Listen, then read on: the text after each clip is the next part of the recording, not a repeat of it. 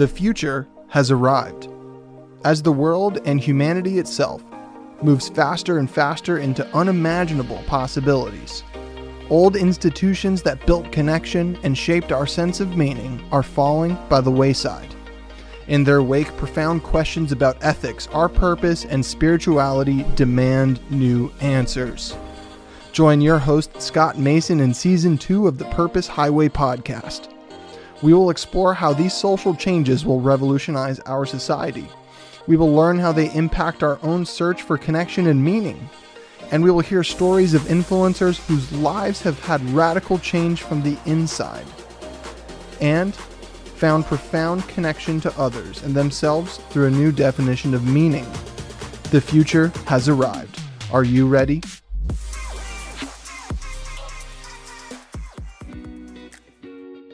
When you're racing down the Purpose Highway, we want to make sure you're healthy and happy every step of the way. That's why we're proud to partner with It's NOLA, 21st century plant-based healthy granola snack bites made with real ingredients and audacious flavor. It's NOLA crafts small batch hand-rolled granola balls that are vegan, gluten-free, and naturally low in sugar. It's NOLA's delightful bites come in 3 flavors: luscious cranberry coconut, sassy mango masala, and dark, decadent, chewy chocolate. It's NOLA is available to both individual customers and for wholesale accounts at itsnola.com. That's ITSNOLA.com. Guests on this show are already enjoying this delicious snack. Check out It's NOLA's website for yourself and find out how good it is.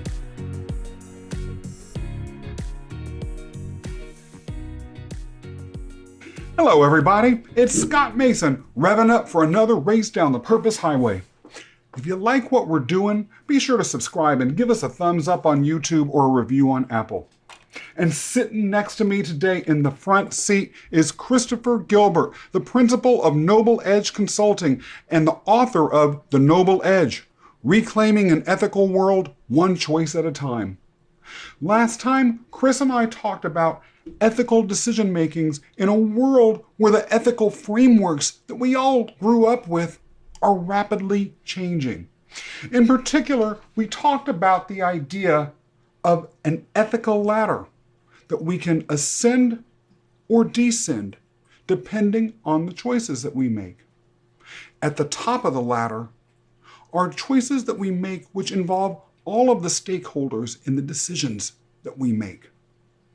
At the bottom of the ladder are decisions that we make that only consider the implication for ourselves. As we discussed this, the conversation moved into some directions that will impact how you make decisions day to day and have you thinking about the decisions of everyone around you. As the hour goes on, we're going to talk a little bit more about the difference between rational intelligence, emotional intelligence, and spiritual intelligence, and what that means for your ethical decision making. We're going to talk about the moral implications of the myths we tell ourselves about who and what we are.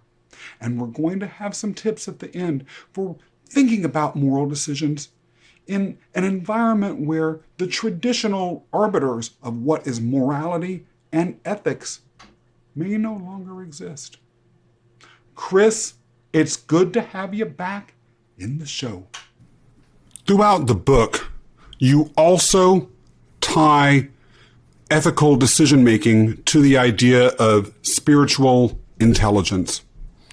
What exactly is that? You brought up an earlier example, and again, this is often a controversial subject. We got asked after 9/11, a group of us, to go around and just give our thoughts about the ethics or the morality of that circumstance. And there were people who asked questions that said, well, if the hijackers believed so strongly in what was going on that they were willing to give their life, isn't that ethical, right? It certainly was ethical for them to be thinking this way. And of course, if I go to the latter, I say, yes, you're absolutely right. You're at sort of the second step. It's about some of us. Certainly, we're not worried about the victims inside the buildings. This is about my family, my country, my religious belief to be able to do this. And what I point out is, really, if you think about wisdom, and the difference between knowledge and wisdom is that knowledge is that information, but wisdom is what you choose to do with that information. There are really three pillars beneath wisdom that hold it up, right? There's rational intelligence, emotional intelligence, and spiritual intelligence. A quick way to think about it is rational intelligence is knowing the right thing to do. Emotional intelligence is feeling right about what you do. And spiritual intelligence is actually doing the right thing, which may not match the first two. Mm-hmm. So if you think about it in terms of the hijackers, I can't sit in their minds and say this is exactly as they believed, but this is a framework that helps me make sense of that question. Look, if they believed it was ethical, wasn't it ethical? And say, well, they definitely had a rational intelligence, because to fly complex aircraft into the side of buildings is a very, very difficult thing to do. Yeah. I have a small private pilot's license, and landing in a crosswind in a tiny plane on a big runway can sometimes be very challenging, right? So, if I could just interrupt, by the way, that's one of the best parts of your book, that story. So read the whole book just for that. There you go. That's good. Yeah. Oh, you mean the solo, the yes. About the solo flight. Yeah. Hijackers certainly had rational intelligence, because they were able to, at least for a short period of time, fly those complex aircraft to the point that they wanted them. Emotional intelligence, absolutely. They believed so strongly in what it was that they were going to do, for who it was they were going to do it for, that they were willing to give their lives to be able to do it. Mm-hmm. And I can tell you, I'd love to say I'd be willing to give my life for somebody else if there was a circumstance where I did it, but I won't know that until it actually happens. Could I do it for my kids and my wife? Probably so. But again, I won't know until that circumstance is there. So that's a pretty strong pillar of emotional intelligence, to say I'm willing to die for whatever this cause is. What's missing in this equation is that third pillar, right? Which is spiritual intelligence. The idea that any choice we're making has an impact not just on us or the group that we're with, but back to that third step. At the highest step, it's going to be everybody that we're impacting. So I think what's missing in the logic, either the emotional logic, the rational logic, or the spiritual logic of making that choice is, was it the right thing to do? And the answer is no, because we're not involving the stakeholders, those that have a stake in what it is I'm about to do and the choice that I'm making. Now, I could get 3,000 of those people in the buildings together ahead of time and say, are you willing to give your life for our cause? And if everybody said yes, that's still not all of the stakeholders, because now we've got the families of the stakeholders. Or the ownership that we are violating, because everybody had to pay, or New York had to pay money to build that building. And we're going to lose all that infrastructure. So this circle is a very large circle. And I think there'd be great questions raised if we brought all the stakeholders and said, are you willing to die or give up your resources to do this? And lastly, not to diatribe here, you fill that building with the people that are the families, the friends, the military leaders of the hijackers. Do they take the same action? Would they slam the jets into the side of buildings that were filled with their countrymen? They're different relationships. And I'm going to guess the answer is probably no, which says something about who it is that they're really concerned about and who it is they don't really care about in this logic about taking an extreme circumstance to lead the revolt. So as the language that you use, lead that revolt that says, hey, we need to do something about this terrible regime, this evil regime, the United States and others. And I use that example in the book too, the language you talked about, and saying, it could be no different. The terrorists saying the same thing that we did about, we have a duty as the freest nation on earth to take out this evil regime. And then the book goes on to ask, well, who assigned us that duty? And are we really the freest nation on earth? And, so the idea here is that we can look at these words and parse them either through our own lenses with the Guild, or we can parse them in terms of all the people we're going to impact. And the most ethical thing is to look at them through those larger lenses. Well, that last part about the questions we asked ourselves triggered something else in me altogether when I was reading it. The idea that we took on the mantle of being the freest society on earth, and therefore it was our obligation to correct this problem or get more directly involved in the ways that we did. Leaving aside the implications of that from a social level, taking it down a little bit, that involved a myth or story that we were telling ourselves. That myth, whether it was true or not, was that we are the freest society, we being the United States, in the world. Now, there are a lot of people, including those that actually prepare indexes that measure social freedoms, that would say the United States is not the freest country in the world at all, by a long shot. And the reason why I mention that isn't to trash the United States. I love this country. I became a citizen. I wasn't born into it. But it goes as to the implications from an ethical perspective of the myths that we tell ourselves. You talk a lot about truth and its relationship to ethics. And one of the things that pointed me to was, on a personal level, the myths or the stories that we say about ourselves. The hijackers defining themselves as pious people was a myth that they were telling themselves. Am I correct in understanding, taken to its limit, you're actually saying we have an ethical obligation to be honest with ourselves about who and what we are? Yeah, I think you've phrased that very well. I think that's exactly what the book is trying to point out. One of the ways that the book talks about this is from the perspective that ethics have to be a public process. In other words, yes, we cannot alone decide what is ethical and what is not. It has to be part of some kind of a public process that says, yes, this is the right action to take and this is the wrong action to take. Because faced with doing it individually and on our own, we have a tendency to make self-aggrandizing choices, right? And who wouldn't? Something that helps us becomes a much more potent way of looking at a choice than something that's going to spread that around, or I'm going to lose something. This paradigm of scarcity, which the book talks about, is also wrong. I'm going to lose something, or if someone else gains it, or they're going to have to lose something in order for me to be able to gain it. And that's not a good paradigm to use when we're thinking about making ethical choices. You know, if you want to see another aspect of ethics that's really important in the way that we make these choices, and maybe this speaks to the emotional and the spiritual legs of that stool of wisdom, go to a four-way stop sign.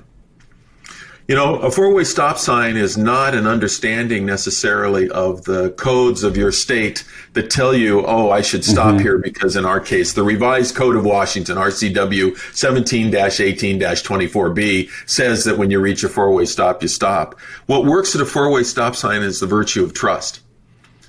I trust you're going to stop. You trust I'm going to stop. And by the way, because we both do that, we actually can move as fast and as far as we want to, even though we might be moving in completely perpendicular or opposite directions. Right.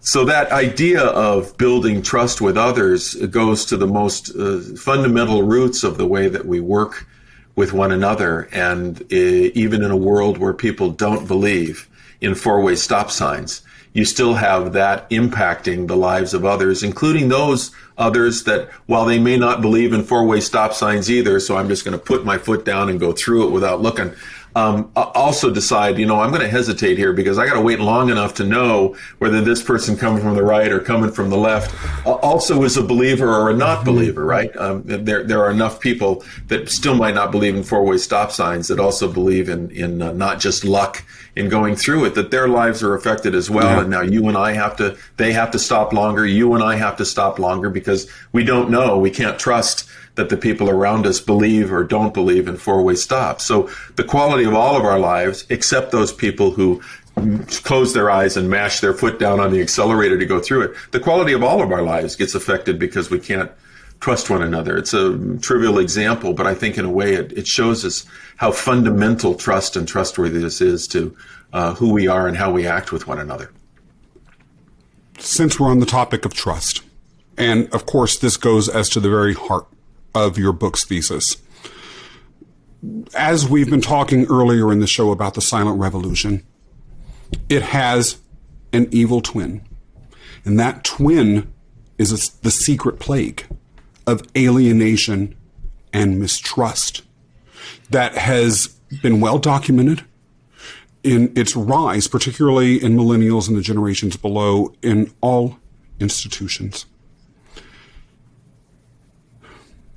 talk to me, and you've hinted at this a little bit earlier when you've discussed and shared your thinking about the moral ladder. What is moral progressivism? Mm-hmm. And do you believe that is the vaccine that can help us cure, maybe outright be the cure for the secret plague? Fabulous question, and it does speak to the heart of the book. No matter what terms you want to put on it, moral progressivism is a pretty academic and highfalutin term. It's the idea that we can't think about the way that we make ethical choices unless we add this component of progress. In other words, the fact that we can gain greater capacities, whether they be individual or we're talking about the system around us, we can gain greater capacities on which to stand to make better ethical choices.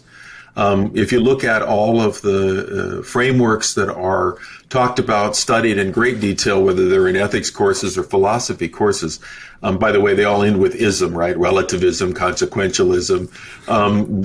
That's why I called it moral progressivism, just simply so that it wouldn't seem like a foreign term in the academic sense. They all sort of take a look at the choices that we make as individual snapshots. So if you take a picture with the camera and you're looking at people dressed up for a dinner, you go, oh, that's the way they look and that's the way they are. And boy, they must do that all the time. They must dress like this in the morning when they get up. I mean, that's the only way you know people in that snapshot. The idea of moral progressivism is more like a movie, where we can take a look at the differences over time and understand that there are many facets to making this choice. One of the things that I saw in the work that I was doing in the classroom at first, when I got asked to take over an ethics and sustainability course that a professor had gotten sick, and so a week before the course I got asked to teach it. I inherited the book, I inherited the case studies. I talked a little bit before about this idea of the ethics out-of-body experience, where people somehow separate themselves or use a different judgmental sense of lenses for others than they're using for themselves. I realized that we needed a different conversation than we've had about ethics, because the conversation that we have doesn't work. And as an added part of that, in the research that I did for my PhD, probably only one of the statistically significant things, because PhDs don't often find statistically significant things. One of the few statistically significant things in that work was that people who have had formal ethics training of some kind, whether it's in the classroom, the church room, or the boardroom, people who have had that training make lower level moral choices than the folks that have not had or do not describe themselves as having formal training.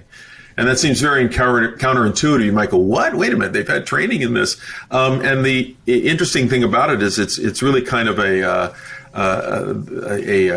pointed finger at we who do the training, whether we do it as teachers or religious leaders or we do it as consultants and ethicists, that what we're doing is not finding solid ground for people to make a choice. In fact, it quite often gets talked as though each of these frameworks, and we can talk about the frameworks if you want, but each of these frameworks is got a position to take that holds what you're doing as ethical, which is true.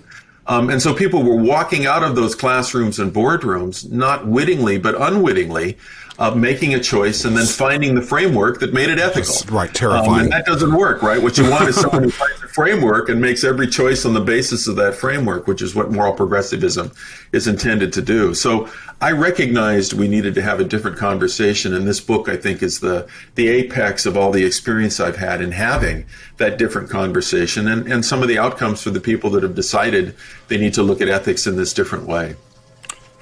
We're going to personalize this for a minute. In your book, you talk about a fresh and healthy meal delivery company that you co-owned. And I was talking about this whole story with someone else who has also read your book, who said that the whole thing brought tears to their eyes, and it actually really affected me too. You and your business partners had a desire to help feed your customers. You really cared about them. And I'll never forget, there was a story in there about you delivering the last meals to a family whose mother worked all of these night hours. She had children, and that the oldest child the whole family was really relying on the food that you were providing to have safe, nutritious, healthy food at all for these children that were by themselves every night, and the mother just didn't have the time or energy to make them for herself. This humanizing element of your business really showed how powerful and important the work that you were doing was to real people. You found out that your business idea was stolen, and you reported that theft to the people that were investing in the company that you owned, and that is ultimately what caused the business to close. Thinking about ethics, thinking about the revolts, the people stealing food so their children can eat. Do you really believe it was worth that honesty to lose what you were doing for that family and others like it? Yeah, again, not to make light of it, that circumstance is probably the one that pushed me into this industry, the idea of understanding how people make choices and how we put a morality together that adds to the community and doesn't take from the community. And by the way, that example where we were out delivering food on the last night, that's not normally what our job was, although we'd done it before. We were the corporate folks, quote unquote, out of the Seattle office that had gone up, and we had to close the store that day because, as you mentioned, it was a very large food service company that actually took our idea. And more heinous than that, they had actually spent a month with us in our operation looking at all aspects of it. And we'd signed all the legal agreements, the non-competes, the non-disclosures, right? But they wound up, after a month of doing that with us, leaving and writing us a letter about 6 weeks later and saying we're not interested. And then we found out, that they had opened up this copycat operation in the Midwest, and literally what they'd been doing, and this is a large corporation that makes billions of dollars a year. They were just trying to refine the operation that they were putting together, behind our backs, essentially. And we didn't have the wherewithal to fight those battles. Of course. But really, the example that you used, I think the whole idea of losing the company is what planted the ethics seeds. But maybe more importantly, there was a much more personalized understanding of what had happened. Maybe not right at the time, but not too long afterwards, when I was because I was the one that elected to do the deliveries. Our company, Cravings, was designed to deliver healthy meals. 30 minutes or less was the standard, and a diverse menu of 19 different items.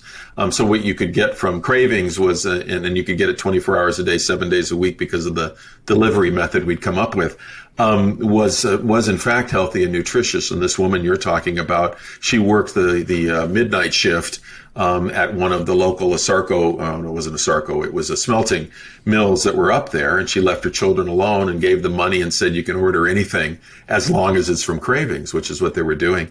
So when I delivered to them the last time and understood that set of circumstances, and then there was another delivery where we were doing some shut-ins that had some medical problems, I truly then understood what it was that we had the ability to do and what it was that we were doing, that there were people relying on us.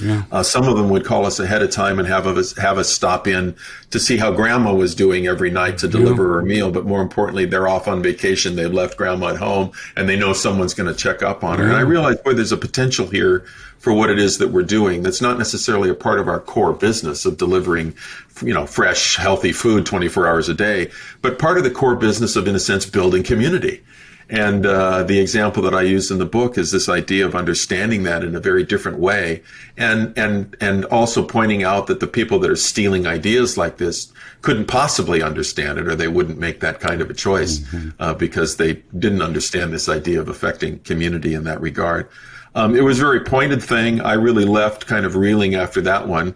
Luckily enough, I got into academia again. So I had been a professor. I left that to do the organization Cravings and wound up as the president of the company. And then when it was all over, it was sort of like, well, now what? I went through a real soul search, which, by the way, I think is what led me to the Baha'i faith. But I was going through a real soul search about, well, what do you do after something like this, right? I haven't built anything on a resume that anybody's going to really understand because they don't want to hire entrepreneurs anyway. So it was a good one because I think it led me down this path to think, I want to understand more about the way people make choices and why, in this case, business people were making business choices like that. And more directly to your question, are we glad we did it? It was the right thing to do? Self-answering, yeah, it was absolutely the right thing to do. We told them before they were going to find out, because this operation that we discovered was very secret, probably wouldn't be rolled out for another year at a national level. But we knew that was important information for our investors. And if we didn't tell them then, we probably would be in a lot more trouble later on when they found out, or when they asked us, why didn't you tell us? So it didn't feel very good to lay off 35 employees that have been loyal for 5 years of our operation. Probably one of the hardest things that I ever did in my life, but it was the right thing to do. And in the end, it's created an opportunity. Out of crisis comes victory. It created an opportunity to do the work that I do, and what I think is a much more profoundly important place to be working, especially now, and to be able to put a book together like this, and to be able to chat with folks like you and whoever is listening to the podcast. I never would have had those opportunities if I'd just gotten rich for the 6 or 7 years I probably would have been allowed to be involved in the business as a big company bought us out.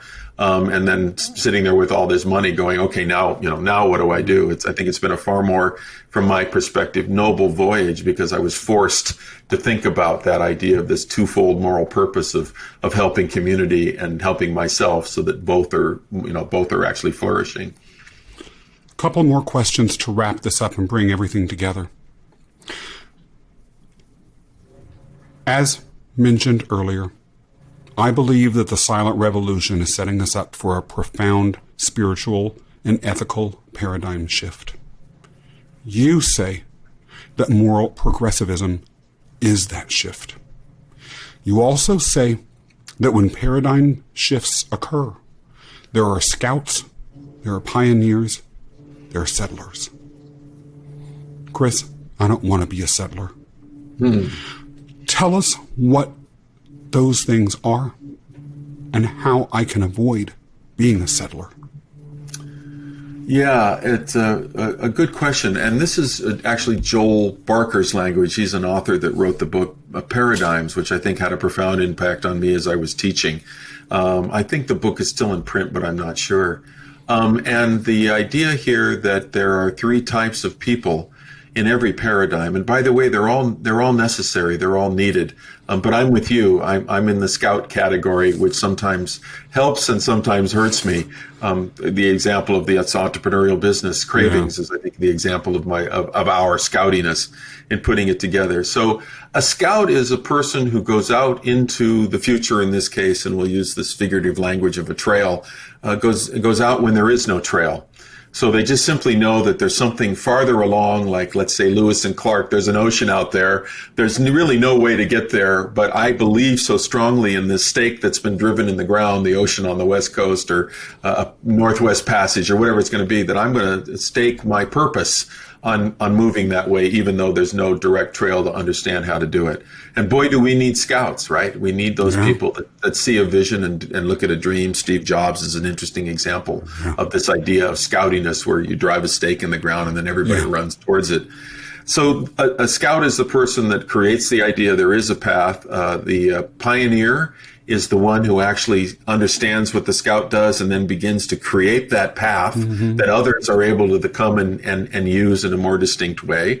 And then the settlers are ones that come in afterwards and really exploit, if I can use that word, but I'll use it in a positive fashion, exploit all the opportunities that are also along that path that the scout and the pioneer don't have time to exploit, because they're really looking at new ways of doing something or transforming something. So we need all of those types, scouts, pioneers, and settlers. I think sometimes what we need is a bridge between them so that they understand one another, right? So that you can really begin to see why a scout does what they do, or why a pioneer does what they do, or why a settler does what they do. And it can be very disconcerting if you're surrounded as a scout, for instance, in a whole group of settlers. And I know that people are come into families this way. Suddenly they have a very different way of thinking about things, and it's not very honored by the folks around them. And they begin to doubt that that's the right way to think. My book really spends some time on this about, no, it's absolutely the right way to think. You just have to understand what your place is in that large schema. Even if you can't convince others, like let's say the settlers, that as a scout, you've got that place and you have to do it. You just have to believe enough that what you're doing is important and that it will change the quality of life of the others that are around you, regardless of what they might be thinking. And by the way, we've talked a lot today about settlers, including the old settlers who don't want any scouts out there telling them anything. They're just fine where they are, right? We got our water, we got our electricity, we got our guns, we got whatever it is. Right. And I'm fine where we are. I don't want to know about what this new frontier and what this new world is. Taken to the extremes, all of those personalities, scouts, pioneers, and settlers, aren't going to do very well in the sense of large community. So, in the Greek myths, there were 5 ages of man, but I'll call it the 5 ages of humanity. The first was a golden age of nobility, of largesse, of virtue. In each subsequent age, humanity got worse and worse and worse, with our current age being dominated by selfishness and a complete absence of virtue. In other words, humans were on a ladder downwards. You also believe that we're on a ladder, but up. What are some steps that we each can take to begin climbing that ladder into a new golden age? A wonderful way to phrase that question, by the way. The book has very specific steps to take, and I'll just harken back to a few of them. One of them is be your own guru, which is literally, as much as we'd love to believe that somehow others have a much deeper understanding of ethics and morality, the ethicists, the religious leaders, the great thinkers, that's a problem that we've created for ourselves. When you make an ethical choice, you're often the only one around to confer with about making that choice. And the idea of being your own guru is to say, you're actually much more empowered than you think you are about understanding the difference between right and wrong. And by the way, if it's not happening at a cognitive level, much like your show, it's happening at some deeper level. You might call it intuition, you might call it spirit, whatever word it is. We're not trained very well at it, especially in this culture, to think that my intuition or I often said to my daughters in the early days, if they got the uh-oh feeling, right? Because you're talking about some pretty big things that you don't necessarily want to explain completely. But if there's an adult around you and you get the uh-oh feeling, come and tell us, right? Come and talk to us about this. So that idea that there's an uh-oh feeling inside of us, it's there. We know. I mean, you can walk into a room and feel somehow something has been wrong here. The walls emanate this energy. I don't know what it is exactly, but there's an intentionality to things that we do that somehow resonates in a way that we don't really quite understand, right? But we're beginning to talk about it more and more. So I think that whether you think about it cognitively, you see it in your heart, you see it with your spirit, and all that's a part of that idea of an intuition. We've got the power to be able to make those choices. One of the other steps that I talk about in the book for making this is if you can't use that moral ladder that I've described as a tool, and my research shows this too, just an understanding of that moral ladder begins to impact the choices you make, because it gets us out of the philosophical mire, the iffiness. The ethics are all gray, and I don't have a good understanding. I say in my presentations humorously, using the phrase ethics are gray is like using the phrase sort of pregnant. Yeah. Or I sort of voted, or I'm sort of human. Yeah. When we all know you are or you are not, you did or you did not, and ethics are really there to tell us what's right and what's wrong. Now, don't misunderstand me. That's not to say that the situation may sometimes be so cloudy that it's difficult to really see what's right and what's wrong. Or we've talked about this circumstance where I violate the law and I'm unethical to do something. The system, the cost of the system may be so high in making the most ethical choice that somehow I'm now responsible for thinking about how we change the system so that at least my children don't do this. And maybe the third thing to say, again, not to diatribe here, is that, we all have an innate desire to carry forward civilization. Yeah. That sounds big and philosophical, but you think about it this way. You ask a simple question. Do you want the world of your children in the future to be a better world than one we have, the same world than one we have, and a worse world? Yeah. And 98% of us, at least in my experience, say, I want my children to have a better world than I do. There it is. Yeah. We have inside of us this innate energy, this innate understanding that we want to carry civilization forward. This is why I'm optimistic, because even though we see these people hanging on to their power and their influence as much as possible, we've got this desire in all of us individually to carry things forward to a different place. And all we have to do is tap into that energy, which I think we see a lot of now in very diverse groups, wanting to tap that energy to carry us forward from where we are. Chris, your book is called The Noble Edge. It's excellent. I recommend it to anyone. Is there a place that you would like people to reach out to you or connect with you on social media or elsewhere if they want to learn more about what you're doing? Your website, any other place? Yeah, absolutely. Thank you for the opportunity. We've got our own website, which is all one word, nobleedgeconsulting.com. So you'll see two E's in the middle of that between noble and edge. It looks like noblige. Thanks for making that clear. Yeah, you can get the book there. You can see videos, hopefully this one as well in the future, videos of my presentations or conversations. You'll see some of the articles I've written. I was just, in fact, published in Thrive Global and Authority Magazine in the last week. Congratulations. Issues. Yeah, thank you. And so you can see that. You can write me an email and talk about what you like and what you don't. The book is meant to start a conversation, and I'm not naive enough to think that conversation is going to be all people agreeing with what Chris Gilbert has to say. There'll be a lot of things, I think, that start to raise pointed questions and pointed conversations about this, some like yours today.